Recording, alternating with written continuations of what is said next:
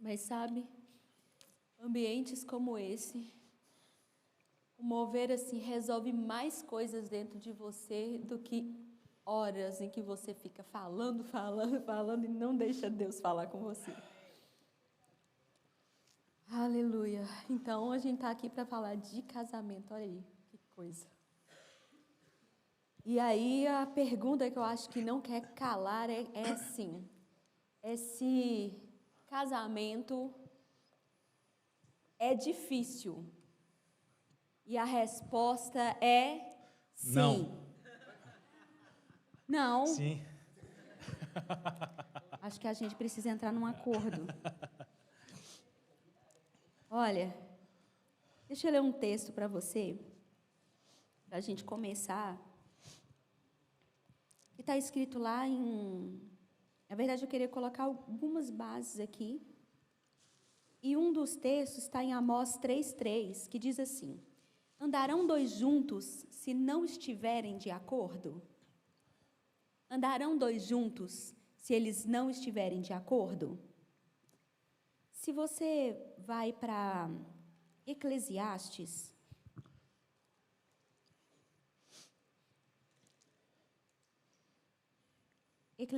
no capítulo 4, no versículo 9 diz assim: é melhor serem dois do que um, porque há melhor recompensa no trabalho de duas pessoas. Porquanto se um cair, o outro levantará seu companheiro. Mas pobre do que estiver sozinho e cair, assim não haverá quem o ajude a se reerguer. Também se dois dormirem juntos, ficarão ambos aquecidos.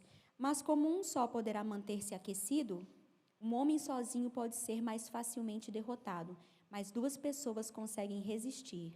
Um cordão de 3 dobras não se rebenta com facilidade. Sabe? Nós estávamos pensando e conversando a respeito do que a gente ia falar aqui. E a gente tem um público diferente aqui, né? Nós não vamos ministrar para vocês aquilo que nós ministraríamos para casados. Mas a gente queria mesmo trazer alguma coisa que trouxesse, que fizesse sentido para vocês. E uma das coisas que nós percebemos que é mais importante quando você vai entrar na estação do casamento é exatamente o acordo. É estarem de acordo, é concordarem.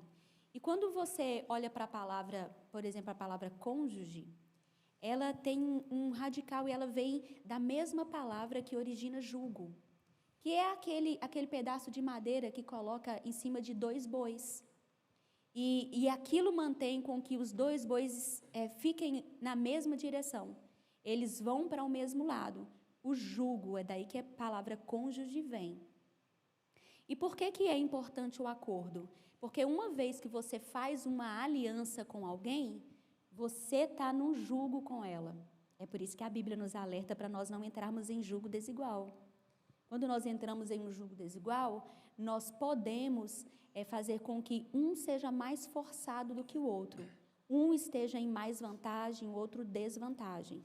Agora, uma coisa que a gente queria começar dizendo é que um dos principais motivos do jugo é manter 2 bois fazendo a mesma coisa, olhando na mesma direção.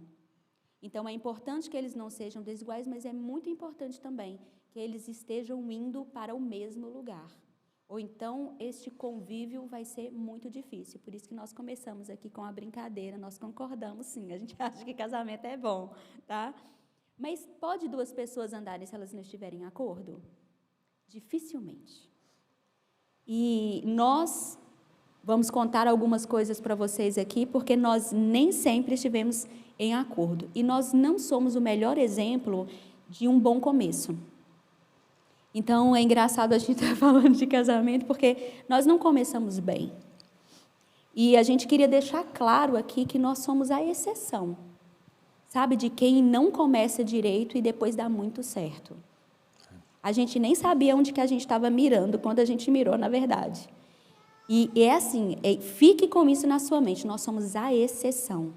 O desejo de Deus com essa série, te ensinando sobre o período de estar solteiro, do namoro e do casamento, é que você faça tudo direitinho. Porque nós tivemos tantos problemas até que as coisas fossem ajustadas. E nós queremos te contar o que nós fizemos até que as coisas entraram num ajuste. Amém? Isso. Só ficar atento. Boa noite. Bem. E Márcia disse de estarmos no mesmo, não estarmos debaixo de um jugo desigual. E às vezes é muito fácil a gente compreender isso dentro da igreja, quando vira para você e fala assim, o que é jugo desigual? Não pode casar com não crente, né? Não pode casar com quem é do mundo. E não só isso, como Márcia disse, é possível 2 crentes estarem num jugo desigual. Eia. Como assim? Porque o que vai determinar se vocês estão andando junto é se vocês compartilham da mesma visão. Por exemplo, um homem e a mulher que se casam e cada um é de uma igreja. Irmão, glória a Deus que quando morrer vai todo mundo para o céu. Mas a caminhada desse casal vai ser o inferno, mesmo os 2 crentes. Porque pensa, cada um numa igreja. Estarem em acordo, estarem certos e acordados naquilo que vocês vão fazer, aquilo que um casal vai fazer, desde quando se casa até a volta de Cristo. Estarem mesmo numa mesma visão. Outra coisa que eu vejo, e eu tenho percebido isso daqui no nosso meio, entre vocês, ainda bem que veio a unção antes, que dá aquela maciada, agora a gente pode falar. A unção facilitou o trabalho todo. Eu vejo muita gente assim, eu tenho que saber qual que é o chamado do outro ou da outra, para se não for, eu sou profeta, não vou casar com mestre. Eu quero um profeta, ou pastor, ou um apóstolo. Né? Tem muita assim. Dependendo do chamado, não vai dar certo. Primeiro que essa pregação poderia ser assim, quem aqui de vocês está pronto para casar? Ninguém ia responder, aí sobe a letrinha, né? And around the road, acabou, né? Vamos embora. Vamos morrer aqui mesmo, acabou o filme, né? Mas a gente quer instruir vocês, a gente não quer que vocês se apressem para casar agora. Gente, casamento é bênção, com exceção da Ikira. Né? Olha só.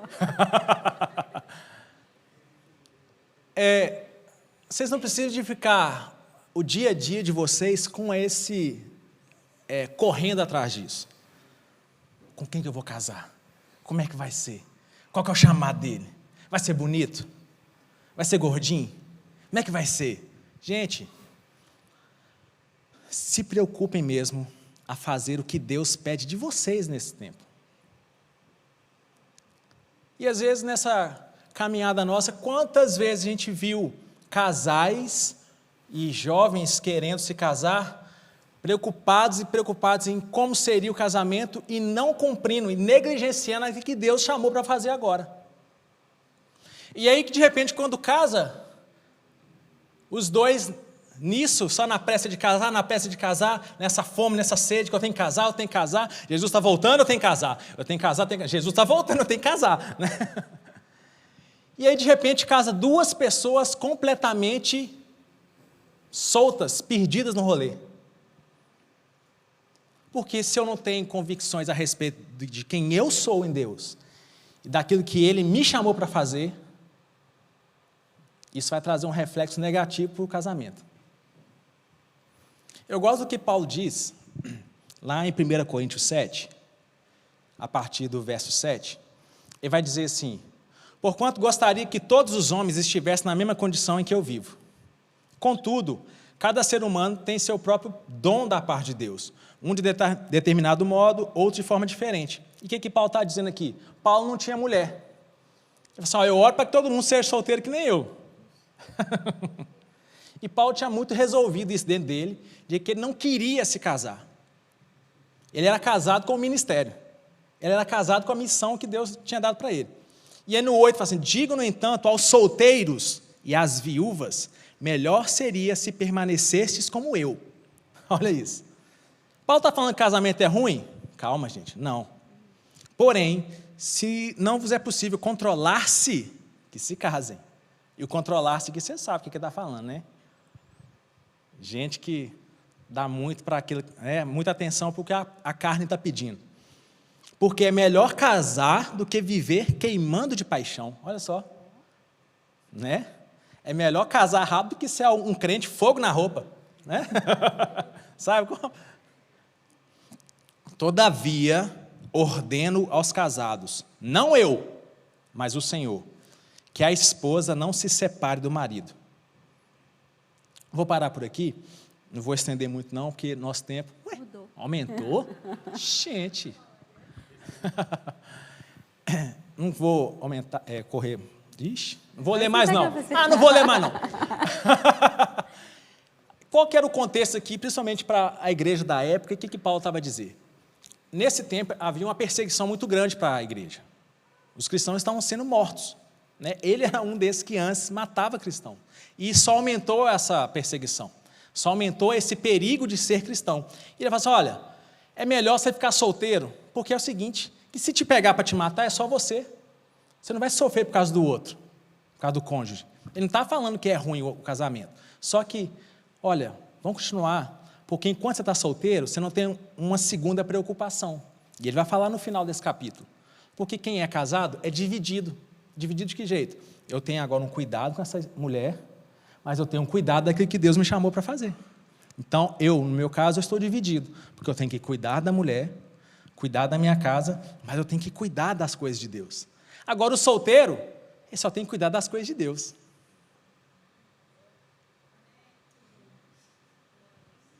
Por isso, lembra que a unção já passou, você está vendo? Por isso que é esperado que os solteiros produzam muito mais do que alguém casado como eu. É por isso que é esperado que os solteiros sejam muito mais intensos na obra do que alguém casado. Fecha parênteses. E uma coisa muito interessante a respeito disso é que se você for pensar como Deus falou com o seu povo durante a história, ele vai deixar muitas instruções sobre as pessoas, sobre o povo de Deus não se casar com pessoas de outros povos. Você se lembra disso na palavra? Ele sempre ordenava, olha, vocês não devem se misturar. E o cuidado de Deus era com a palavra, com preservar o povo. E é tão interessante que este Deus, que é zeloso, que não permitia com que as pessoas se casassem com pessoas de outro tempo, é o mesmo Deus que está dizendo assim, mas quando você casar com a pessoa certa, eu aceito te dividir. Então, pense como Deus olha para o casamento. Só nessa situação, Deus aceita dividir você com outra pessoa. Só no quesito casamento. Então, só por isso você já deve olhar e pensar como deve ser o tratamento com o outro. Porque se Deus está dividindo você, Ele estabelece um padrão.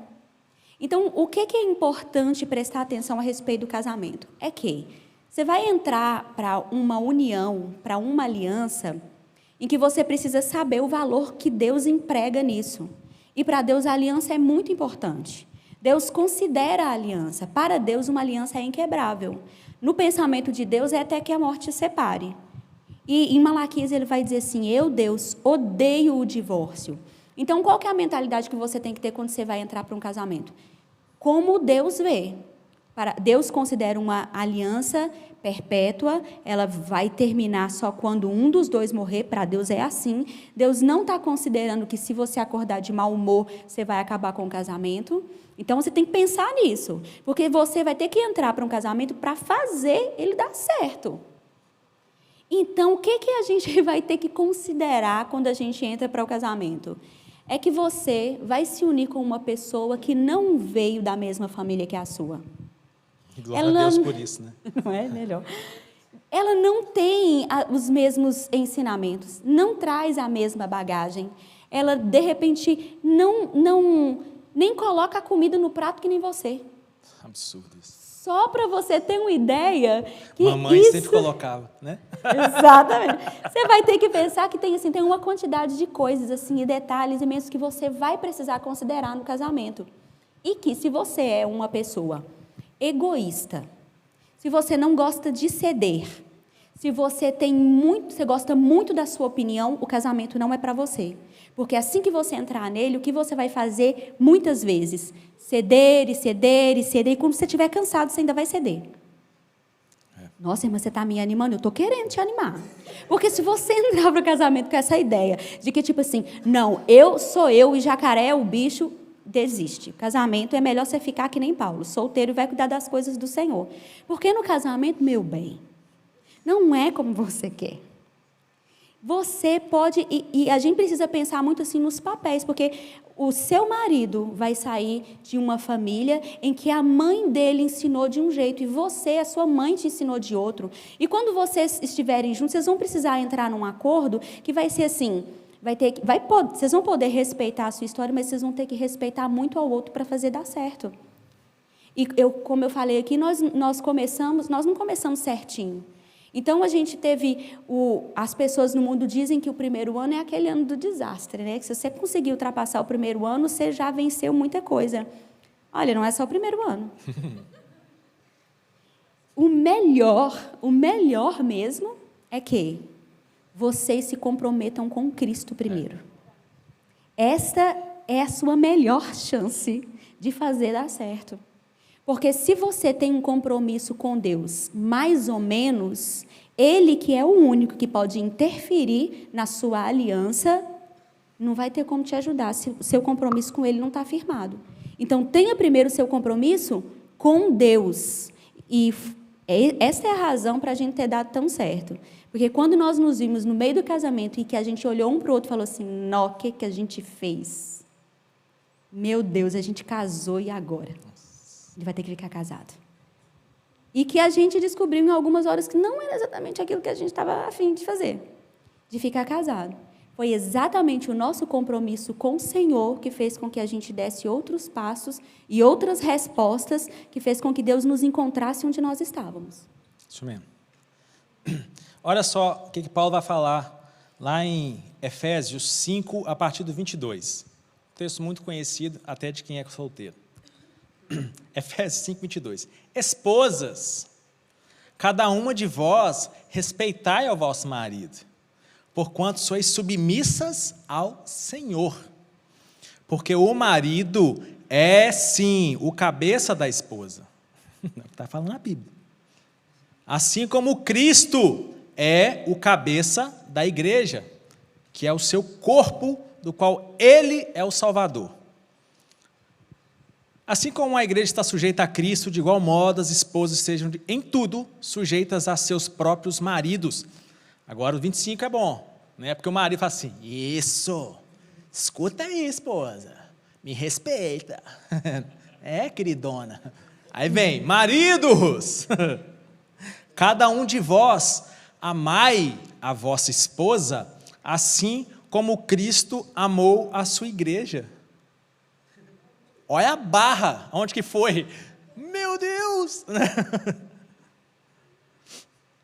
E se sacrificou por ela, a fim de santificá-la, tendo-a purificado com o lavar da água por meio da palavra, e para apresentá-la a si mesmo como igreja gloriosa, sem mancha, nem ruga, qualquer outra imperfeição, mas santa e inculpável. Sendo assim, o marido deve amar sua esposa, como ama o seu próprio corpo. Quem ama a sua esposa, ama a si mesmo. Paulo é o cara, velho. Agora, olha só que interessante. A Bíblia diz claramente: papel da esposa, papel do marido. Esposa, respeitar esse marido e ser submissa a esse marido.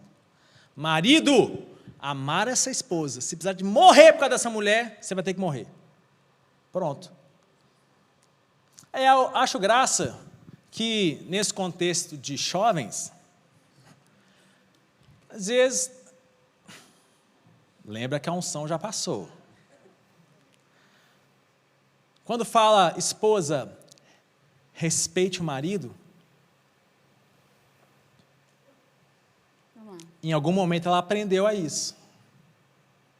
E quando que ela aprendeu a respeitar a figura masculina dentro de casa, enquanto ela é filha. Então, para os varões valorosos, olhou para a varoa, aí é tão gatinha, olha para dentro de casa, respeita pai? Não. Vaza, enquanto dá tempo. E isso é uma das coisas, isso é só em cima do que Efésios está dizendo. Porque a Bíblia vai te mostrar qual que deve ser a conduta cristã. Então você vai ter que analisar outras coisas, mas a primeira coisa que um varão valoroso deve olhar para a varoa é como que ela é dentro de casa. Respeita os pais? Começou bem. É submissa? Ok. É até submissa aos pais, mas na escola dá problema. Estou te dando a dica, vaza enquanto é tempo. Porque a hora de vazar é agora, irmão. Enquanto você está só olhando, enquanto você já está até namorando. Porque depois que casa, Vai ficar com ela. até a volta de Cristo. Só que o marido é a mesma coisa. Maridos, amem a esposa, como Cristo amou. Para onde que essa rapariga tem que olhar agora? Dentro de casa. Esse camarada é alguém que honra os pais? Se tiver muito difícil de analisar todas essas coisas, uma coisa que tem que existir sempre é um ponto de congruência entre os dois. Nossa, que bonito. Congruência. Lembra das parábolas, geometria? O ponto ali onde que de interseção? Um ponto comum para os dois: amar ao Senhor. Eu posso vir de uma história e de um contexto social e não sei o quê, e de um país, a minha parábola passou por aqui. Aí a menina pode vir de um outro contexto, de um outro país, de uma outra criação, mas ela tem que passar nesse mesmo ponto aqui, ó. Amar ao Senhor acima de qualquer coisa. Passou nisso aqui? Mas isso, o amar ao Senhor não é aquilo que ela diz, ou aquilo que ele diz, é aquilo que ele faz com aquilo que ele sabe da palavra. Meu irmão, não tem essa história, quando o casal vai melhorar, não vai.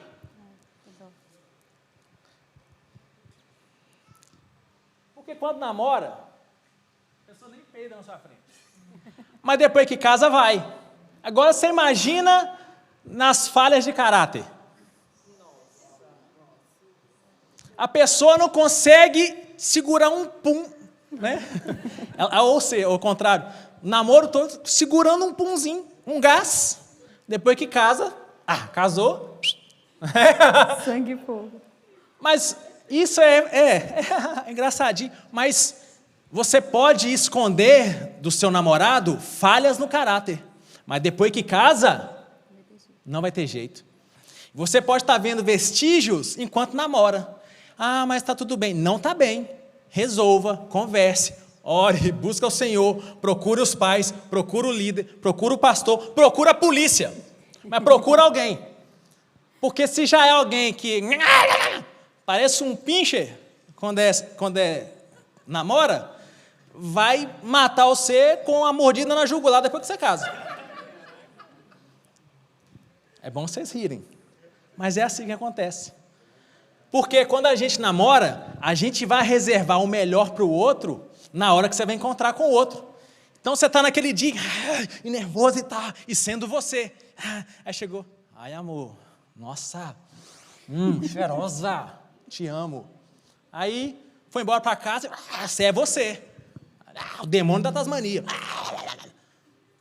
Mas ele não está vendo, ela não está vendo. Por quê? Porque não convive junto. Mas preste atenção, vai dar vestígios. Sempre dá vestígio. Márcia me deu altos vestígios quando a gente namorava. Foi mesmo. Eu dei muito mais vestígios e ela ignorou. Todos eles. Vocês estão rindo, mas se nós tivéssemos resolvido os nossos problemas entre nós enquanto namorávamos, nós teríamos um casamento muito, muito bom já desde o começo. Mas nós quase nos divorciamos por 2 vezes. Amém? Mas enquanto a gente namora, a gente não quer conflito, né? Até porque, as borboletas batem as asas no meu estômago quando eu vejo essa mulher. O que deve ser resolvido diante da palavra tem que ser resolvido. Lembra aquilo que o Tiago diz? Se a palavra te mostra algo que está desajustado, assim como um espelho mostra para a sua aparência, mas se você se vira e não conserta aquilo que a palavra diz que deve ser consertado, você é um homem insensato.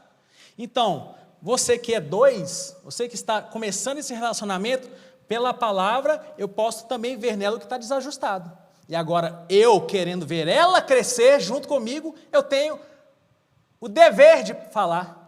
Não porque eu quero a melhor mulher, não, porque eu quero que ela cresça, que ela seja uma melhor pessoa. Isso. Provérbios 18, versículo 22 diz assim: o que acha uma esposa, acha uma coisa boa e recebe o favor do Senhor. No capítulo 19, no versículo 3 diz assim: ruína é para o pai insensato e um gotejar contínuo uma mulher briguenta. Casas e bens são a herança dos pais, mas do Senhor vem a mulher prudente. Olha só, como o Bruno está falando aqui, você conhece uma pessoa não pelo que ela diz, mas pelos frutos. E é esse exercício que a gente tem que fazer diariamente. Olha os frutos, porque a pessoa vai te dizer o que ela quiser. Então, o que você tem que observar? Como a pessoa de fato é. E o namoro é para isso, é para essa observação. Você observa como a pessoa se comporta, como é que é mesmo o resultado da vida dela. E uma pessoa que não tem a preocupação em praticar a palavra, em ajustar as coisas, ela não vai ter cuidado com você. Porque se ela não tem um temor reverente ao Senhor, não fique pensando que essa pessoa vai ter com você. Sabe por quê? Porque o casamento, ele coloca você num limite, muitas vezes. E você vê a pessoa quando ela é colocada no limite. Quando ela está ali assim, que ela não está aguentando. Se ela ama o Senhor, ela vai conseguir superar aquilo. Mas se não, vai ser um problema. Então, é melhor, no momento em que vocês estão agora, ser mais seco e menos romântico. É melhor você achar que as borboletas no estômago são gases, do que ficar toda a vida achando que é uma borboleta e ser enganado. Então, presta bastante atenção, porque a Bíblia está dizendo que uma mulher briguenta é igual um gotejar constante na cabeça. Isso é igual a tortura chinesa. Uma coisa é a pessoa falando uma coisa uma vez com você. Outra coisa é uma gota que cai constantemente na sua cabeça. E você sabe o que é o problema do casamento? É porque se você descobrir que ela é um gotejar constante na sua cabeça, você vai ter que continuar. Chateado com a gota. Estressado e a gota lá. Vindo para a igreja e a gota lá. É isso. Porque se você está considerando o que Deus considera a respeito do casamento, você não vai divorciar da sua gota. Você vai ficar com ela. Então, é por isso que é importante você observar. Você precisa olhar para esse rapaz agora, sabe por quê? Porque se ele mostra as características de que ele não cuida de você agora, ele não vai cuidar depois. Se ele tem problema em ser gentil agora, ele não vai ser gentil depois. Sim. Porque a tendência não é ficar mais gentil. A tendência é que você veja o que você não está vendo, como o Bruno explicou. E você que não está vendo como ele é normalmente, porque o que acontece? Infelizmente no casamento, você vai descobrir que a gente tem uma tendência a reservar o nosso melhor para os de fora. Por quê? Porque você não sai na rua tratando as pessoas com falta de educação. Ou faz isso? Você não faz. Tem hora que você não gosta da pessoa e você diz: oi, bom dia. Mas o dia que você acorda estressado com seu marido, você não fala com ele. Porque você não está afim. E o mesmo acontece com ele. Então, preste atenção. Nossa irmã, você está deixando a gente bem desanimada. Quer dizer que nunca melhora? Não, não é isso. Eu estou dizendo o que você está para enfrentar. Porque você vai conhecer uma pessoa que você não conhece ainda. E por mais que você passe muito tempo namorando e conhecendo essa pessoa, o problema é vocês estarem na mesma casa. É outra coisa, entendeu? Uma coisa é quando ele te estressa e você fala assim, beleza, eu vou embora para minha casa, amanhã a gente resolve. Aí você vai para sua casa, você pensa, você esfria a cabeça. Outra coisa é quando você está estressado com a pessoa, você tem que ir para a mesma cama com ela. E aí você desestressa de que jeito? É a hora que a pessoa dorme e você pensa assim, eu podia jogar água quente dentro do ouvido dele. Olha, e você está rindo porque você não sabe como é que o casamento te leva no limite. Quando nós nos casamos, a gente descobriu rapidamente que o casamento não era aquela diversão de quando nós namorávamos. E aí nós descobrimos isso, estamos na mesma casa. E agora, o que a gente vai fazer? Não. E aí eu fui descobrindo características que eu tinha certeza que ele tinha. Eu achava que ele adorava conversar. Aí casei com um homem mudo. Eu falei assim, gente, esse homem gastava dias, horas falando comigo, aí ele emudeceu. Aí, pronto, descobri outra característica. Descobri primeiro que ele era bom de lábia, ele não gostava de conversar. E então, a gente está nesse casamento, eu estou com esse homem mudo e uma pessoa que ama conversar. Eu quero falar sobre as coisas. Só que quando nós entramos também nesse casamento, o Bruno, quando eu conheci o Bruno, ele não tinha referência cristã nenhuma. Então, nós nos casamos depois que eu dei um ultimato nele. Falei com ele assim, olha, eu nunca vou casar com uma pessoa que não é crente, desculpa. E então é isso. Então, em algum momento, a gente vai terminar. É isso. Na mesma semana, ele percebeu assim, eu não vou querer perder essa mulher, eu vou dar um jeito. Aí ele converteu na mesma semana. Ele me ama. Aí, converteu. Só que, gente, tem uma distância muito Márcia grande. Pela Márcia, né? Vai. Tem uma distância, eu que estou falando agora. Tem uma distância grande entre a pessoa converter e amadurecer em Cristo. Não. E foi isso que eu descobri, rapidamente, dolorosamente, que tinha uma distância grande. Então, eu que era desviada, voltei com tudo, porque eu já tinha perdido muito tempo. E eu não queria mais perder tempo. Então, eu já voltei colocando tudo em prática. Não, você é crente. Pronto, mas eu encontrei um marido que tinha acabado de converter e ele tinha uma caminhada ainda. E eu ia ter que respeitar. E eu tive que respeitar, mas isso me custou bastante. Porque também não adiantava eu exigir coisas que ele ainda precisava aprender. E glória a Deus, porque foi o meu relacionamento com o Senhor que me fez ficar no lugar. Caso contrário, eu não teria ficado. Se eu fizesse só o que eu desejava, só o que eu queria, no ano em que nós estivemos morando em Brasília, observei, e Deus é tão bom, porque uma vez que você entrega para Ele, Ele dá um jeito de resolver. Nós nos mudamos de Belo Horizonte e moramos em Brasília quase 2 anos. E Deus, nós descobrimos, nos levou para lá para solucionar os muitos problemas que nós tínhamos. Porque nós morávamos numa kitnet, lá na Asa Norte, que era assim, micro. 20 metros quadrados. Se brigasse, não tinha como não dar de cara com o outro. E a gente não conhecia mais ninguém, e não tinha parente, não tinha amigo. Ou seja, a gente era obrigado a conversar, porque senão a gente ia estar numa cidade em que a gente não conhecia ninguém, e assim. E eu vou te falar, foi uma tortura no começo, até o Senhor começar a falar, ajusta, resolva, ore, deixe que eu faça. Mas é aquela coisa, lá nós estamos dentro da mesma casa. E a gente começou a descobrir os defeitos um do outro, coisas que você pode ajustar agora e não ajustar depois, porque você pode não ter tanta sorte como nós tivemos, de ajustar.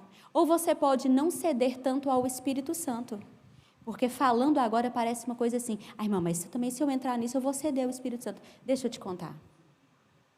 Se uma hora a gente para conversar e eu te conto tudo, eu tenho certeza que você dá uma desistida. Mas assim, tranquilamente. Porque é confiando no Senhor e não vendo nada. E casamento você tem um choque de realidade, né? Por exemplo, quando a gente namorava, a gente se encontrava e Márcia vinha toda Barbie, né, velho? Que cabelo de Garnier, assim e tal. Toda arrumada e tal. Aí casou, eu chegava do trabalho, ela estava com o meu short, camisa de política partidária, uma touca do Cruzeiro. Era para deixar o cabelo bom. Chegava já assim, rolê, mano.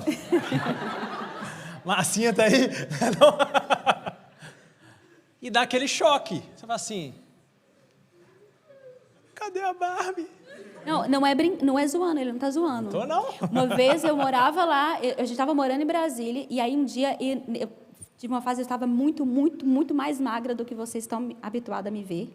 E eu tinha o cabelo batidinho na nuca. E aí, então, um dia, alguém tocou a campainha de casa e eu fui atender. E eu tinha acabado de acordar, e eu estava nessa descrição. Eu só não estava com a touca, porque meu cabelo era muito pequenininho. Então, quando eu abri a porta, um senhor estava procurando por ele. E o meu choque foi quando ele disse assim, ô menino, seu pai está aí? E eu tinha acabado de acordar, minha voz não estava necessariamente fina, entendeu? Não. E eu achei aquilo tão engraçado na hora que eu disse assim, não. Eu já respondi assim, desconfiada. Eu falei assim, pois então fala com seu pai que na hora que quando ele chegar aí, que eu tive aqui. E aí eu só falei assim, beleza. Mas era exatamente assim, é o choque. Eu estava falando de quê mesmo? O choque de realidade. É que eu lembrei das roupas que ela usava. Era mesmo. Mas aí, pronto. Algo que foi trazendo a gente para esse lugar foi, enquanto a gente caminhava com o Senhor, principalmente, uma convicção caiu no meu coração. Eu amo o Senhor mais que qualquer coisa. E nisso nós concordávamos 100%. A gente é louco pelo Senhor. A gente é mesmo apaixonado pelo Senhor. A gente tem Jesus como o centro da nossa vida. Então, todas as vezes que surgia os conflitos e as coisas que a gente deveria resolver entre nós, a gente ia para um lugar onde o Senhor estava. E eu costumo, quando eu lembro dessas situações e conversas que a gente teve, eu creio que a gente nunca resolveu nada sozinho nas nossas conversas, mas era sempre uma conversa entre 3 pessoas, porque a gente deixava que o Senhor estivesse presente nesses momentos.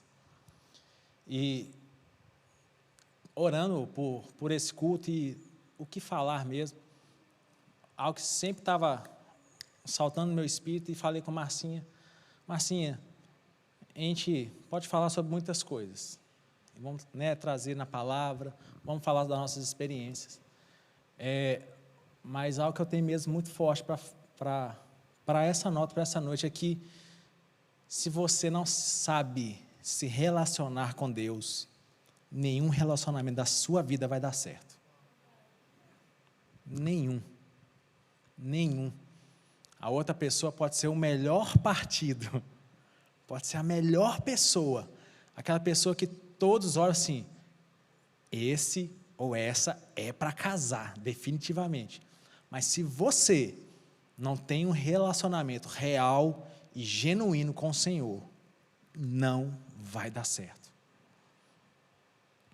Porque é se relacionando com o Senhor que você vai saber quem Ele é. É se relacionando com o Senhor que você vai descobrir quem você é nele. E após isso, você está começando a estar aprovado para ser alguém para outra pessoa. Porque a gente fica muito tempo iludido, e orando e pensando, como que vai ser meu marido? Como que vai ser minha esposa? Eu queria assim, eu queria assado, desse país, com essa profissão. Mas e você, queridão? Será que tem alguém orando por uma pessoa e essa pessoa é você? Ou você não se encaixa na oração de ninguém? Porque o problema é esse. A gente ora, Senhor, quero um homem ruivo como Davi. Profeta. Formado. Italiano. E e a lista cresce. Mas aí, no mundo todo também vai ter homens orando, e em nenhuma dessas orações você se encaixa. Ninguém chega orando, Senhor, me dá aquela mulher preguiçosa. Ai, Deus, tomara que ela seja chata de doer. Ai, Senhor, ia ser tão bom. Coloca um desafio na minha vida. Um homem que não gosta de trabalhar. Coloca um desafio na minha vida. Uma mulher que não vai gostar da minha mãe. Ninguém faz essas orações. Mas vai passando o tempo, a gente é a pessoa que não gosta de trabalhar. A gente é a pessoa que não toma iniciativa nenhuma na nossa vida. E que vai passando os dias, a gente só está aí armado em parasita. Não serve nem para peso de papel. É que a gente quer muito e almeja uma pessoa e sabe todas as características que o nosso cônjuge deve ter. Mas a gente não se preocupa em melhorar 1 centímetro para poder agradar 1 milímetro o outro. Por quê? Porque a gente cresce egoísta. A gente cresce querendo sempre o melhor. Oh, aleluias! Deus tem o melhor para mim, mas que eu seja qualquer coisa para o outro. Não é assim. Não é assim. É hora da gente observar a palavra. E antes de querer ser noivo, antes de querer ser noiva, antes de querer ser marido, antes de querer ser esposa, queira ser crente. Olha aí. Porque se eu estiver diante de uma plateia que só tem crente de verdade, meu amigo, você pode casar com qualquer um. Se você é crente e se o outro também, vamos fazer esse trem dar certo. Porque quando você se casa, você vai descobrir que o amor é paciente. Que o amor não é egoísta. Olha aí, olha aí. Pegou a referência essas duas, né? O amor não se irrita. Oh! E não busca os seus próprios interesses. E não busca os seus próprios interesses. Que isso, Aikira? Nossa, não quer deixar de falar, não. E outra coisa importante é que, tipo assim, olha, se você é alguém que nasceu de novo, você é guiado pelo Espírito. E uma coisa que, sabe, nesse tempo, cuidando de outras pessoas, de outros casais, uma coisa que eu tenho certeza que Deus faz sempre é falar com você. Só que as expectativas que eu vejo, às vezes, quando a gente trata de algum casal, é que, ó Deus, melhora ele. Mas Deus não vai falar com você o que ele tem que melhorar. O que Deus vai fazer? Deus vai fazer com você como que você melhora. E eu posso dizer isso com toda certeza porque durante todo o nosso casamento, até hoje, todas as vezes em que eu estava buscando de Deus alguma coisa que o modificasse, o Senhor falava comigo algo que eu deveria mudar. Então você precisa estar pronto para ceder, você precisa estar pronto para obedecer, sabe? Para se colocar no lugar. Esse negócio de praticar a palavra, gente, isso é sério. Você precisa praticar a palavra. Você precisa se colocar no lugar certo. Você precisa deixar que a palavra olhe para você e você corresponda a ela. Agora, a pessoa fica assim, não, o outro tem que sarar, o outro tem que melhorar. Não, você precisa praticar a palavra. Isso é muito importante. Muitos dos problemas que a gente vê hoje nos casamentos, uma coisa assim bem básica, das pessoas, se em 100 pessoas, se em 100 casais que nós tratamos, eu posso dizer que assim, 95 deles, o problema é que faltava amor. É tão estranho quando você vai para um gabinete e que você descobre que no final das contas, eles não se gostam. Isso é chocante, porque você vai ouvindo a pessoa, e aí nós já estivemos em gabinetes em que a pessoa, um falava assim, você é uma baleia. Meu Deus, em que ponto é? O que eles fizeram? Que eles se ofendem, mas eles se ofendem. Se vocês soubessem as coisas que nós ouvimos em gabinetes. Outra coisa que é terrível, e isso aqui a gente queria muito que vocês entendessem. Nós conhecemos pessoas com muito potencial.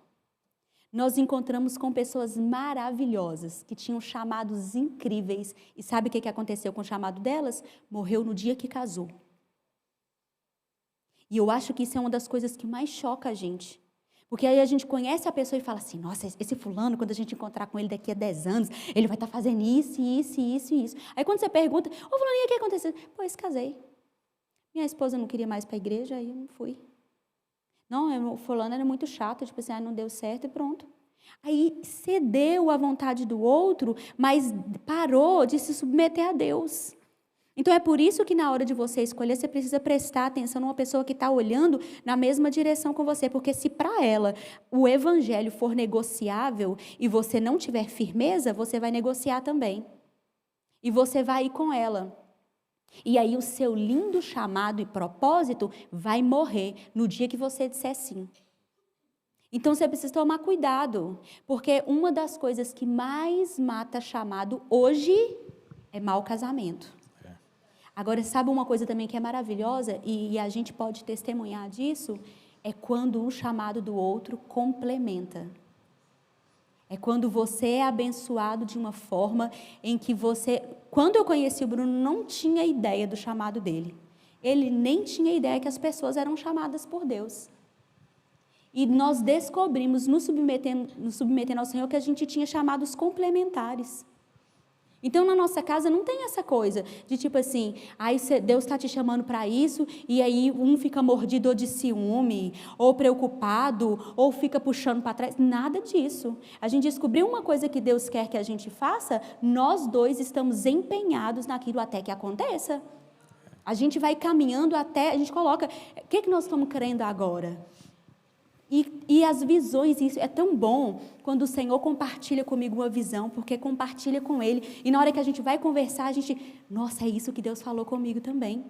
Por isso que a submissão ao Senhor e o relacionamento é legal. Porque você vai ter alguém que te coloca para frente, que nunca é seu freio, que nunca coloca você para trás, mas é alguém que caminha junto. E nós temos essa experiência de estar na mesma direção, falando as mesmas coisas, desejando as mesmas coisas e amando o Senhor da mesma maneira. O que a gente faz fica tão mais fácil, a gente percebe até quando a gente vem ministrar. De dois, como que isso flui de um jeito que a gente pensa assim, como é que a gente fez isso? Sabe, coisa que a gente não combina, coisa que a gente vai sabe, não, é só vir. E ter aquela conexão de, tipo assim, a gente está na mesma direção, a gente está na mesma fiação, sabe? É o que nós desejamos para você também. E você tem a oportunidade de ter isso na sua vida, se você começar certo. Se você buscar um relacionamento com Deus primeiro. Agora, olha para os vestígios. Ninguém passa na vida da gente sem deixar um rastro, sabia? Está aí. Está aí. E o problema é que quando está aí, você está ignorando. É quando está aí, você está assim, ai, mas eu gosto tanto. Você não vai gostar no dia que casar, eu te aviso. Você não vai achar diversão nenhuma. E o pior é quando você procurar a gente e a gente vai virar para você e falar assim, comeu a carne? Agora você vai roer o osso. Isso mesmo. Porque não vem conversar com a gente e fala assim, olha, vamos divorciar. Vai não, Deus considera o casamento para sempre. Então vamos orar aqui para algum de vocês morrer. Bom, né? Porque até que a morte se separa. Então, nosso tempo já acabou e a gente vai respeitar o tempo. Eu quero propor para vocês um exercício. E vocês vão decidir no coração de vocês se vocês vão fazer ou não. Mas Deus está vendo. No final do capítulo 12 de 1 Coríntios, Paulo vai falar e vai ensinar que existe um caminho muito mais excelente. E é o caminho do amor.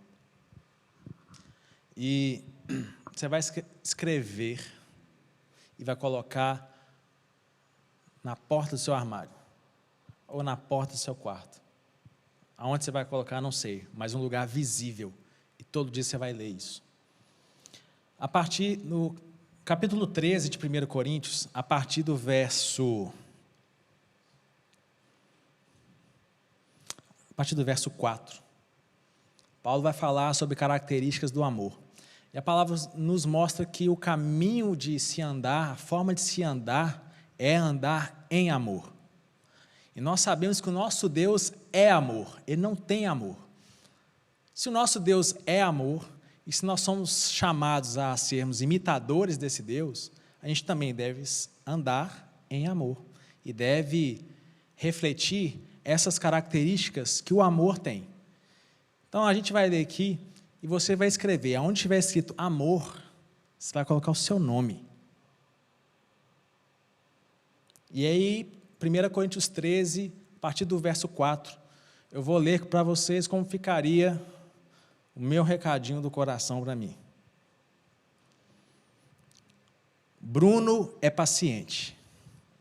Bruno é benigno.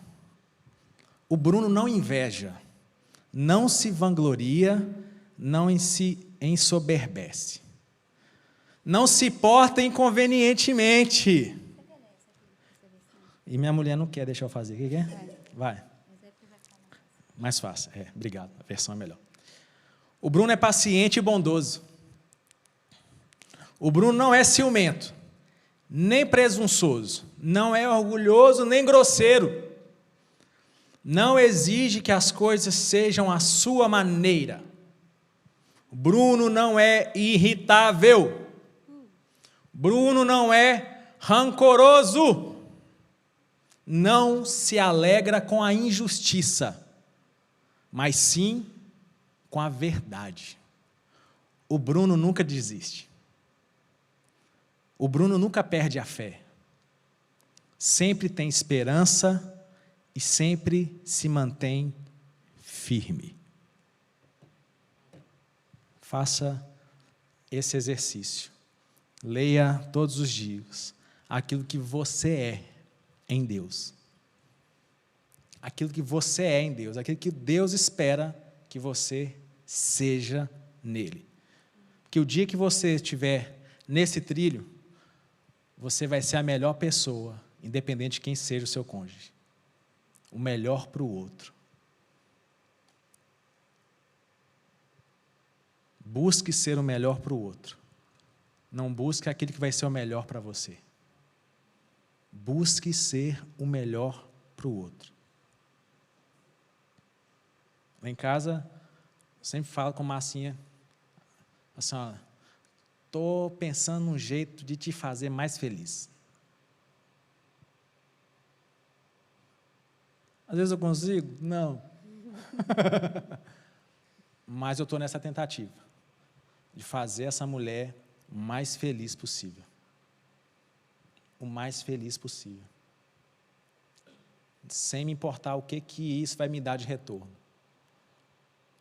Mas procurando ver um sorriso no rosto dela todos os dias. É assim que as coisas dão certo. É assim que vai dar certo. A gente trabalhando, construindo esse lar. Independente de quantos meninos. Independente se são 2, são 3, são 4. A minha meta é fazê-la feliz. Amém? Só tem mais alguma coisa para dizer? E procure não ser a desgraça da vida da outra pessoa. Sei que isso é tão ruim de dizer, mas é porque a Bíblia diz para a gente não pensar muito da gente mesmo, sabia? E tem hora que a gente se coloca num lugar em que ele não é real. Sabe? A gente não é realista a respeito de nós mesmos. É. E às vezes a gente quer muito que outra pessoa seja totalmente bom e a gente não está bom para alguém. Esta é a fase em que vocês estão para melhorar para outra pessoa. E você deve fazer isso. Eu tenho certeza que as pessoas que hoje são infelizes em seu casamento, elas não casaram e no dia que se casaram disseram assim, eu vou desgraçar a vida dessa pessoa. E eu fico pensando o que aconteceu quando elas começaram a fazer isso. Então, pense, você quer que alguém seja bênção para você? Você vai começar a trabalhar para ser bênção para alguém. Você quer um príncipe? Então, seja princesa. Você quer um gato? Dá um jeito de ser uma gata. Você vai ter que dar um jeito. A questão é que você quer alguém muito excelente e não quer ser excelente. Você vai ter aquilo que você plantar. Amém? Eu espero que você tenha aquilo que o seu coração deseja. Mas, até conseguir, isso é um caminho. Que Deus te abençoe nisso. Amém. Curva sua cabeça, vamos orar. Pai, obrigado pelas instruções mediante a sua palavra. Pai, obrigado porque o Senhor é bom e em todo momento nós vemos o cuidado do Senhor conosco. Pai, eu oro mesmo para que os meus irmãos, antes de buscar um relacionamento com alguém, tenham um relacionamento genuíno com o Senhor. Esse é o caminho. Um relacionamento primeiro com o Senhor. Para que, quanto mais andamos com o Senhor e conhecemos o Senhor mediante a sua palavra, nós ficamos melhor para o outro. Ficamos melhor para o outro. Pai, obrigado. Obrigado, Senhor, porque nós cumpriremos com aquilo que o Senhor nos chamou para fazer. Em nome de Jesus, seja solteiros ou casados, nós cumpriremos com aquilo que é o propósito do Senhor para a nossa vida. Em nome de Jesus. Amém. Amém. Obrigadinho, gente.